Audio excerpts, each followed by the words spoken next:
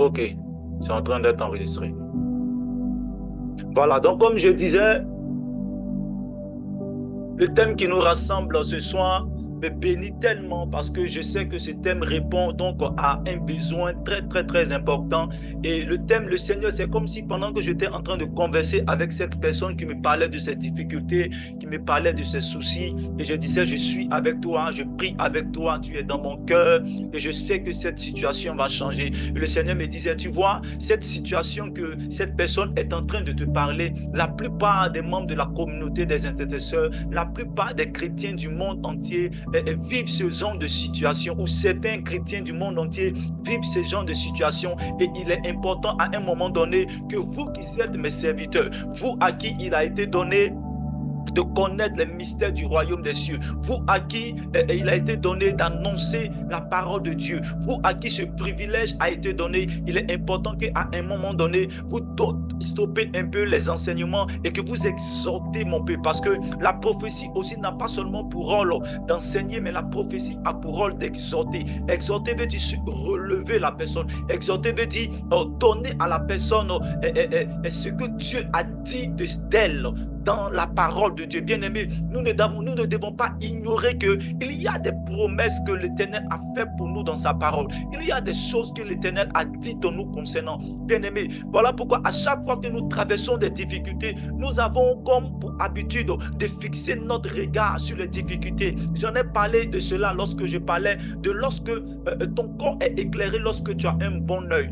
Lorsque ton œil est sain, alors ton corps est éclairé. J'ai donné cet enseignement il n'y a pas longtemps, et je disais comme ça que là où tu fixes ton regard, là où tu fixes ton regard et la manière avec laquelle tu regardes les choses arriver dans ta vie sera déterminante quant à ton attitude dans cette situation. Et il est important lorsque nous sommes dans des situations que nous jugeons inconfortables, que nous jugeons difficiles, que nous jugeons de blocage, d'avoir toujours nos regards fixés sur le Seigneur. Parce qu'il y a dans sa parole, il y a dans les Écritures des personnes qui ont expérimenter cette situation-là également. Il y a des personnes qui ont été martyrisées dans la parole de Dieu. Il y a des personnes qui ont connu des douleurs dans la parole de Dieu. Il y a des personnes qui ont été rejetées dans la parole de Dieu. Il y a des personnes qui sont restées 4 jours dans le tombeau dans la parole de Dieu. Il y a des personnes qui ont connu des maladies dans plus de 3 ans, 4 ans, 5 ans, 12 ans dans la parole de Dieu. Il y a des personnes qui ont été possédées par des démons dans la parole de Dieu. Il y a des personnes qui ont connu la guerre. Il y a des personnes qui ont connu le rejet. Il y a des personnes qui ont connu la trahison. Notre Seigneur Jésus a connu la trahison. La Bible dit il est Dieu, il était Dieu et il restera Dieu, mais il a pris la condition de l'homme afin de venir sur la terre.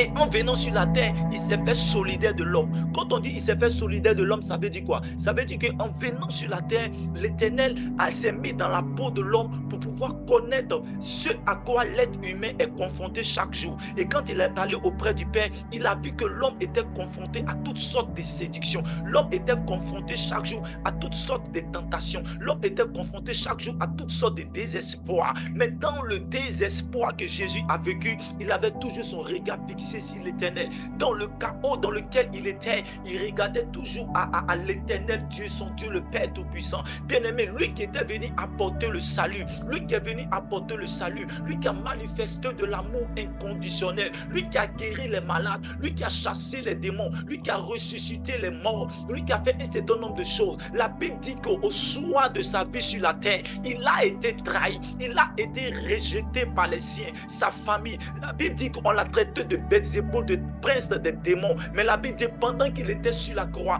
il a dit une parole pour toi et pour moi. Pendant qu'il était sur la croix, alors que je suis en train de te parler, cette parole résonne encore dans mon cœur. Il a dit cette parole: Seigneur, pardonne-le, car ils ne savent pas ce qu'ils font.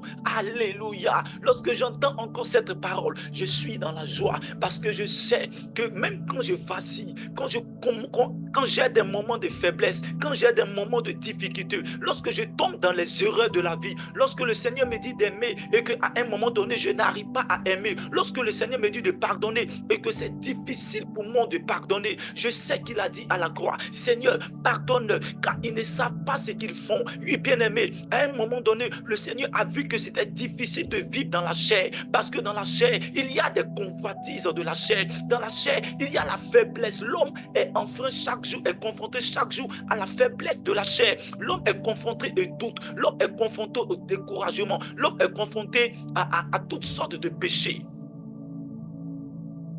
Alléluia. Et ce thème-là me bénit. Il me dit de te dire ce soir que c'est encore possible. Il me dit de te dire ce soir, femme, homme, enfant de Dieu, serviteur de Dieu, servante de Dieu, je ne sais pas là où tu es tombé, je ne sais pas là où la désolation t'a mis, je ne sais pas là où les difficultés t'ont mis, je ne sais pas quelle est la position dans laquelle tu te trouves présentement, mais je suis en train de te dire ce soir que tout est encore possible, tout est encore possible de se relever, tout est encore possible de reprendre la marche, tout est encore possible de reprendre les projets que tu as laissés, tout est encore possible de te relever dans la prière, c'est encore possible de vivre dans la sanctification, c'est encore possible de pardonner à celui qui t'a offensé. C'est encore possible, bien-aimé, de reprendre l'éducation de tes enfants, même si celui avec qui t'as laissé, même si celui avec qui tu devais faire chemin, il t'a laissé sur la route du mariage. Je vais te dire en ce soir, bien-aimé, que c'est encore possible. Il dit en Jean chapitre 11, verset 34, c'est affiché à l'écran. Qu'est-ce que le Seigneur nous dit? Le Seigneur nous dit, et il dit, où l'avez-vous mis? C'est Jésus qui est en train de parler. Jésus est en train de parler à Marthe et à Marie. La Bible dit qu'il y a un homme qui s'appelle Lazare. Est-ce qu'on peut couper les micros, s'il vous plaît? Est-ce que tu peux couper les micros parce que je suis en train de m'entendre? Oh non, le vieux. La Bible dit qu'il y a un homme qui s'appelle Lazare. La Bible dit que Lazare est un homme qui était l'ami de Jésus. La Bible dit qu'il était aimé de Jésus. Il était un intime de Jésus. Il marchait, il mangeait avec Jésus. Marthe et Marie étaient la sœur de Lazare également, étaient avec Jésus, bien aimé. Mais malgré que Lazare était avec Jésus, malgré qu'il mangeait avec Jésus, malgré qu'il communiait avec Jésus, malgré qu'il faisait l'effort de vivre dans la sanctification avec Jésus, la Bible dit que Lazare est tombé malade. Lazare est tombé malade pendant un jour, mais Jésus est resté dans sa position. Il est resté là-bas. Pendant qu'on a dit que ton ami Lazare est malade, ça ne va pas, il ne s'en sort pas, c'est difficile. La Bible dit, ils sont allés le voir pour lui dire, Maître, ton ami, celui que tu aimes, ils ont même précisé que celui que tu aimes est malade. Écoute, je suis en train de te dire que Dieu t'aime, Dieu m'aime, mais à un moment donné, lorsque nous rencontrons des difficultés, ce n'est pas parce que nous voyons la main de Dieu ne pas agir dans notre vie, que ça ne veut pas dire que Dieu n'est pas présent, il n'est pas avec nous, il ne compatit pas avec nous. Ce n'est pas parce que tu ne vois pas de manière physique les choses de Dieu arriver dans ta vie que ça ne veut pas dire que Dieu n'est pas avec toi. La Bible dit que Lazare était malade, mais Jésus est resté encore là où il était. Il n'a pas bougé d'un iota, il n'a pas dit quelque chose d'un iota, il n'a rien fait. Et la situation de Lazare n'a cessé de se dégringoler à telle enseigne que Lazare est mort. À telle enseigne que Lazare est mort.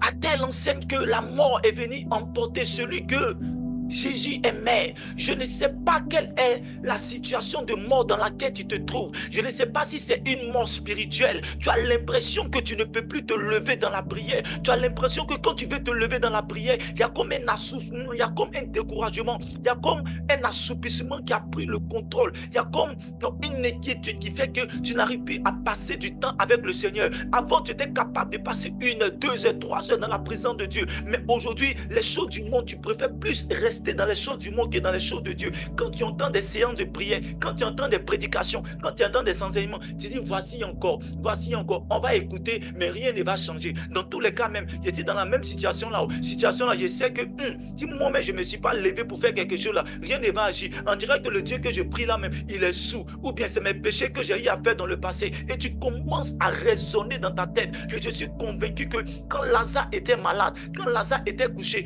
et on lui a dit que nous sommes allés voir croix, le Maître Jésus, le Seigneur Jésus. Et nous lui avons dit, mais depuis il est resté dans sa position, il n'est pas encore venu. À un moment donné, Lazare était découragé. Et Jésus est resté prêt. Ce n'est pas parce que tu ne vois pas l'action de Dieu dans ta vie que cela ne veut pas dire que Dieu n'est pas avec toi. Il est avec toi. Il est avec toi. La Bible dit qu'il est resté pendant 4 jours. Et Lazare est mort. Scientifiquement, il est dit que spirituellement, même de manière mystique, il est dit que lorsqu'une personne passe plus de 2 à 3 jours dans la mort, c'est impossible de réveiller cette personne.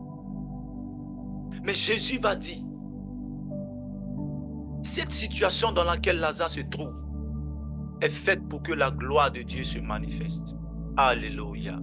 Je suis en train de te dire qu'aujourd'hui, la situation dans laquelle tu te trouves, situation inconfortable, situation de mort financière, situation de mort prématurée. Je ne suis pas en train de te dire des choses pour te flatter. Je ne suis pas en train de dire des choses parce que...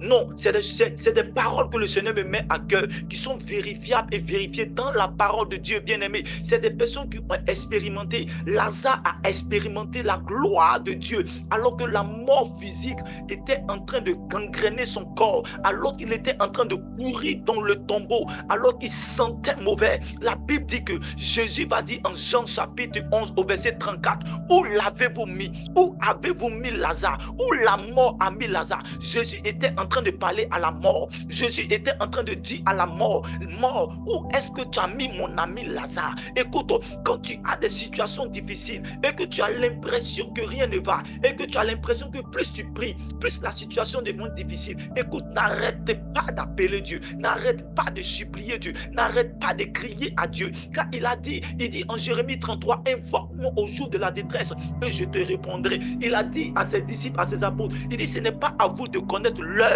du salut, l'heure où Dieu vous visitera. Mais votre rôle, c'est de prier. Votre rôle, c'est d'intercéder. Bien-aimé, ce n'est pas à nous de connaître l'heure de la visitation. Mais ce qui est sûr, il a promis qu'il va nous visiter. Et je crois que l'Éternel va me visiter. Je crois que ce qu'il a dit sur mon ministère arrivera. Ce qu'il a dit sur ma famille arrivera. Ce qu'il a dit sur ma nation arrivera. Peu importe l'heure.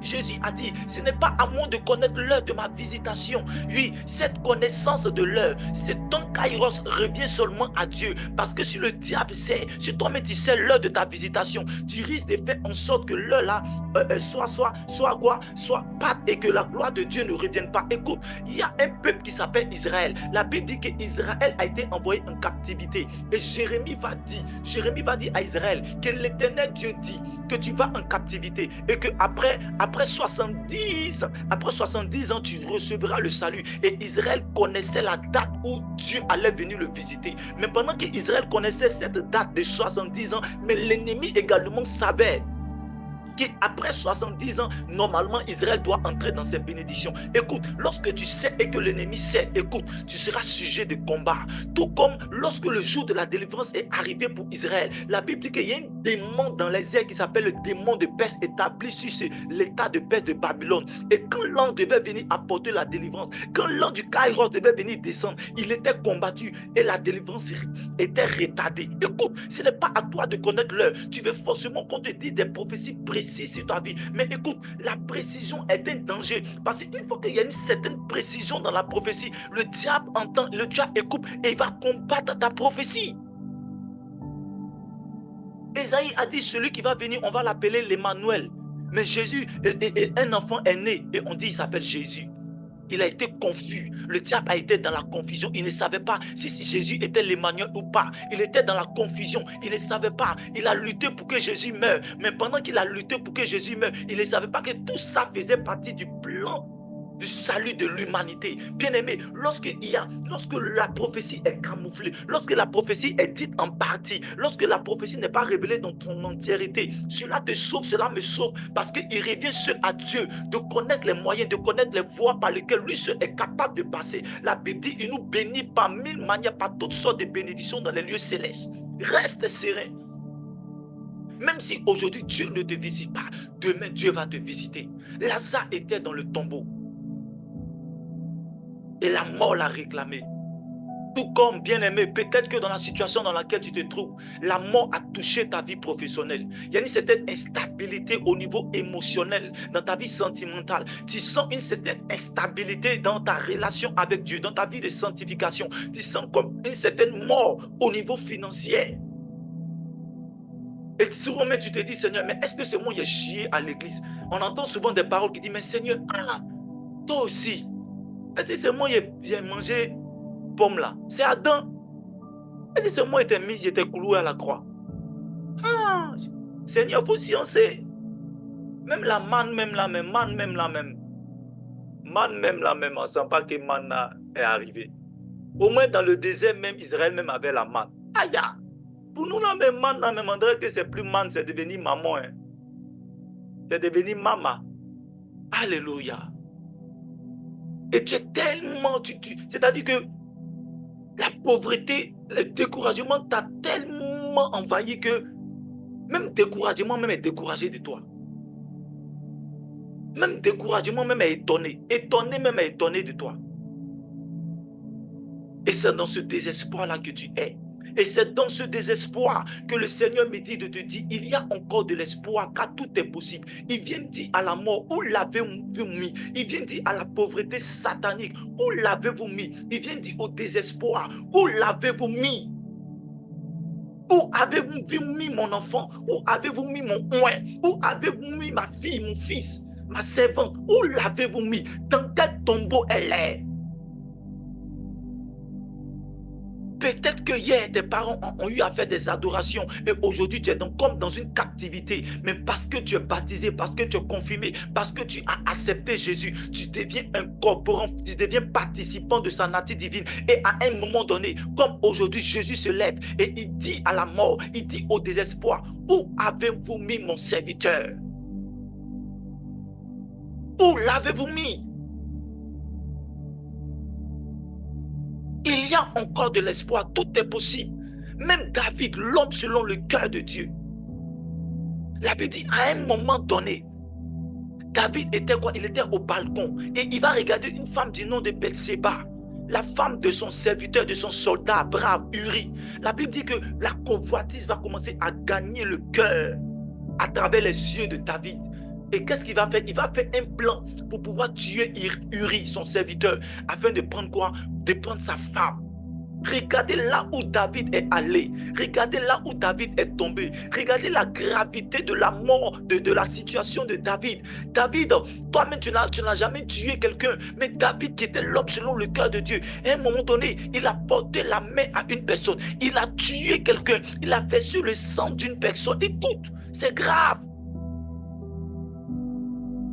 Je suis convaincu que tu n'as peut-être pas même tué. Et même si tu as tué, il y a encore de l'espoir, tout est possible. Parce que quand tu te lèves dans la présence de Dieu, tu ressasses encore l'erreur. Quand les hommes de Dieu prêchent sur la sanctification, tu dis, moi là même là, hier même là, je n'ai pas fait. Hier là même là, j'étais encore dans le péché. Et moi là même, quand il y a vivre dans la sanctification, quand même, et tu es encore à ce stade de réflexion.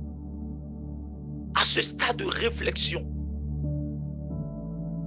La Bible dit que David s'est humilié. Parce que quand le prophète Nathan va venir voir David pour dire, voici ce que tu as fait. Et cela n'a pas plu à Dieu. La Bible dit que David s'est humilié. David s'est humilié. David s'est rabaissé dans la présence de Dieu. David a pleuré pour implorer la miséricorde de Dieu. Et quand cela est passé, la Bible dit que David a reporté ses habits de fête. David a reporté ses habits royaux. David a porté ses vêtements de roi. Écoute, à un moment de ta vie, arrête un peu de porter des vêtements de deuil et choisis de porter des vêtements de joie. La Bible dit, soyez toujours joyeux. Soyez toujours joyeux. C'est vrai que c'est difficile, mais c'est dans la joie qu'on peut mieux écouter Jésus. C'est dans la paix qu'on peut mieux écouter Jésus. C'est dans la tranquillité qu'on peut mieux écouter Jésus. C'est dans le calme et la confiance que se trouvera notre victoire. C'est encore possible, mon frère. Le voyage est encore possible, ma soeur. L'enfantement est encore possible. Une intimité parfaite avec le Seigneur est encore possible. Ce n'est pas seulement les bergers, les modérateurs, les prophètes, les soi-disant tous ces hommes de Dieu que tu peux mettre dans la catégorie, qui sont capables d'entendre la voix de Dieu. Mais toi aussi, tu peux entendre Dieu te parler. Toi aussi, Dieu te parle.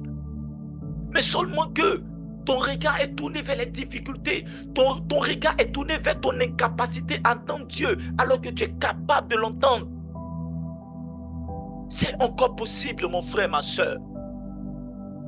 Membre de la communauté de la voix des intercesseurs, ainsi parle l'Éternel Dieu. C'est encore possible que ma main se manifeste dans votre vie. Si tu crois, tu verras la gloire de Dieu. Si tu crois, tu verras la gloire de Dieu. Puisse, bien-aimé, si tu crois, le Seigneur aujourd'hui dit en Jean 11, verset 40, qui s'affiche sur ton ordinateur ou ton portable. Il dit, Jésus lui dit, ne t'ai-je pas dit que si tu crois, tu verras la gloire de Dieu? Parce qu'à un moment donné, Marthe pensait que c'était impossible pour Lazare. Il est mort. Je sais qu'il va ressusciter au jour du jugement dernier. Et c'est comme ça que nous raisonnons. C'est-à-dire que nous raisonnons à la place de Dieu. C'est-à-dire que nous-mêmes, nous montrons comment Dieu doit agir dans notre situation. Tu dis, non, Seigneur, je sais que si tu dois agir dans ma situation professionnelle, là, c'est parce que j'ai une connaissance dans la société. Là. Je sais que, Seigneur, ma bénédiction, là, c'est sûr que tu as passé par lui. Non, Seigneur, je te bénis parce que je sais que, Seigneur, je prie que tu touches le cœur de mon tonton qui est dans l'entreprise, là, pour qu'il m'embauche. Regardez comment nous-mêmes, nous sommes en train de minimiser la gloire de Dieu. C'est-à-dire que pour toi, pour que Dieu puisse agir dans ta situation, il est obligé de passer par ton nom. Non, ne limite pas la main de Dieu. Et c'est comme ça, Marthe, elle a limité la main de Dieu. Elle dit, Seigneur, je sais il est mort. Au jour du jugement dernier, il va ressusciter. Et la Bible dit, et Jésus pleura. Mais Jésus pleura pourquoi? Parce que même Marthe a douté. Parce que même Marie a douté, frère de Lazare. Parce que même les gens de sa famille ont douté. La Bible dit, et Jésus pleura, qui est le plus court verset de la Bible. Et Jésus pleura. Bien-aimé, Jésus a pleuré pourquoi?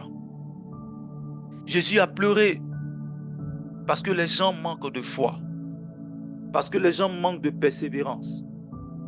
Parce que les gens aujourd'hui sont désespérés. Les gens ne croient plus à la parole de Dieu. Notre Seigneur Jésus a dit, quand le Fils de l'homme reviendra, trouvera-t-il encore la foi sur la terre? Lorsque le royaume des cieux, lorsque notre ère sera arrivé, trouvera-t-il encore la foi? Lorsque le Fils de l'homme reviendra, trouvera-t-il encore la persévérance, la foi et l'amour sur la terre?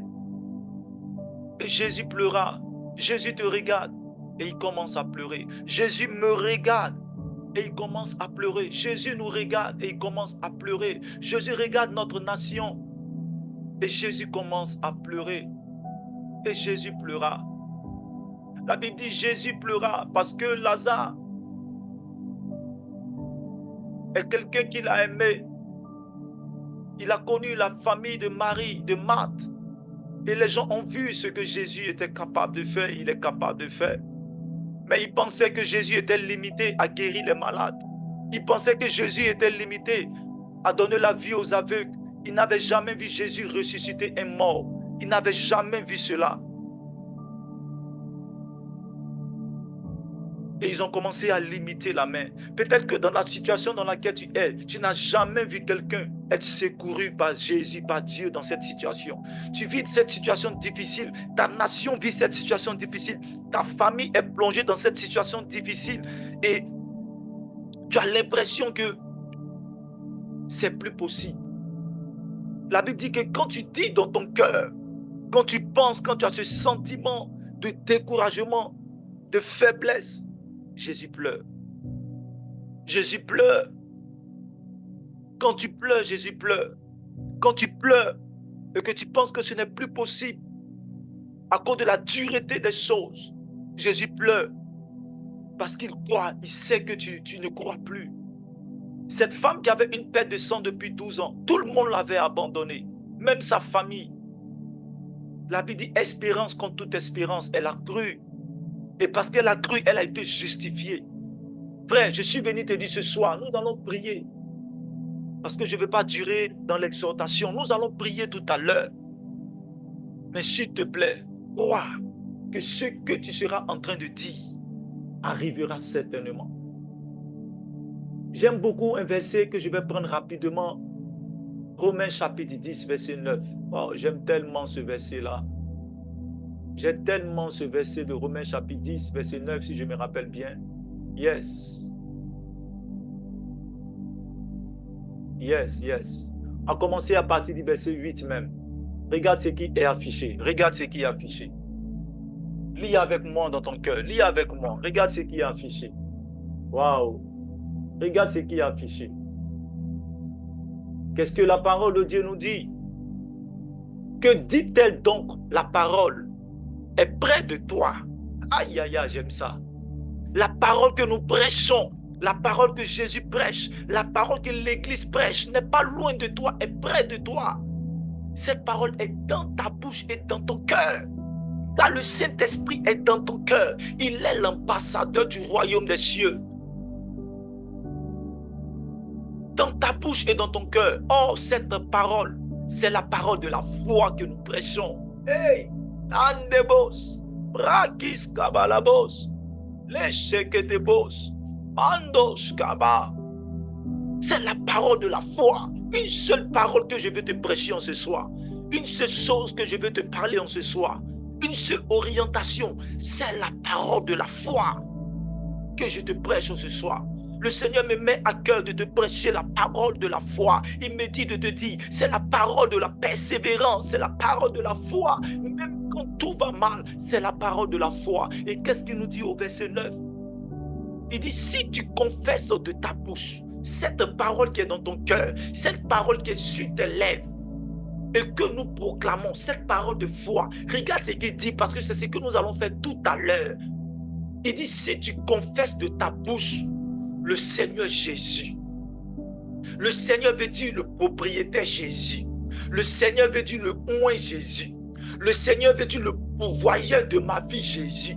Il dit, si tu confesses que Jésus est ton propriétaire, si tu confesses que Jésus est ton Seigneur, si tu confesses que Jésus ne t'a pas abandonné, si tu confesses que ton père et ta mère pourraient peut-être à un moment donné t'abandonner, mais lorsqu'il t'abandonne, le Seigneur Dieu te recueillerait. Il dit, si tu confesses de ta bouche cela, et que si tu crois de ton cœur que Dieu l'a ressuscité d'entre les morts, tu seras sauvé. Mais moi je dis tu es sauvé. Parce que maintenant même, si tu confesses ce soir, la position de Jésus dans la situation dans laquelle tu te trouves, tu es sauvé.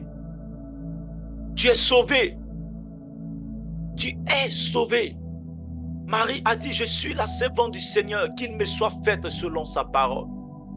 Thomas a dit, mon Seigneur est mon Dieu. Pierre a dit, Seigneur, tu sais que je t'aime. Tu es l'amour de ma vie. Malgré que Pierre l'a régné, malgré que Pierre est tombé 3 fois, il a régné Jésus. Mais Jésus est revenu après la résurrection. Jésus connaissait les faiblesses de Pierre, comme Jésus connaît tes faiblesses aujourd'hui. Tu veux te lever, mais c'est difficile. Et à un moment donné, tu as eu à régner Jésus, comme Pierre a eu à régner Jésus. Mais Jésus est venu rencontrer Pierre. Il dit, Pierre, je sais, je connais ton état de faiblesse. Je sais ton effort de sanctification. Je connais tes efforts pour te relever à tous les niveaux de ta vie. Je connais tes luttes pour que ta vie financière, pour que ta vie professionnelle commence à aller. Je connais tes combats de chaque jour, Pierre. Mais je sais que tu tombes à chaque fois. Je sais que tu désires me glorifier, tu Jésus me proclamer. Mais tu m'as régné 3 fois avant que le coq ne chante. Mais je reviens vers toi, Pierre. Et je te demande, Pierre, m'aimes-tu? Pierre, est-ce que tu m'aimes? Pierre, m'aimes-tu plus que tout cela? Si tu aimes Jésus, écoute-moi, tu demeureras dans l'espoir. Tu seras toujours dans la joie. Si ta joie ne repose pas sur les biens de ce monde, mais que ta joie repose sur seulement la présence de Dieu dans ta vie, écoute-moi, il reviendra certainement. Il reviendra certainement. Mais il me dit de te dire, si tu confesses de ta bouche qu'il est ton Seigneur, si tu crois véritablement une certitude inébranlable que Jésus est là et qu'il va agir, alors tu es sauvé. Alléluia. Alléluia. Alléluia. Alléluia. Que la paix du